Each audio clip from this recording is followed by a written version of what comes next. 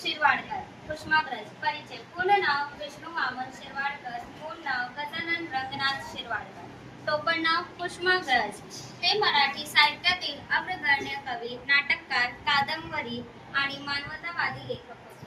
जन्म मृत्यू 1912 पुणे मृत्यू 10 मार्च 1999 नाशिक.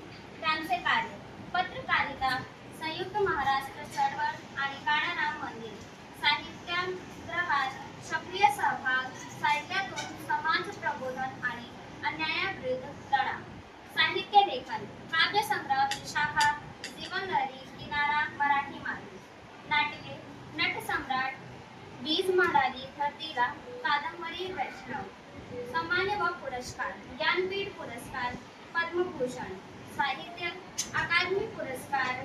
त्यांचा जन्मदिवस मराठी भाषा गौरव दिन म्हणून साजरा होतो. ओळख कुसुमाग्रज कुसुमचे मोठे भाऊ म्हणून प्रसिद्ध मानवतावादी कवी म्हणून ओळख.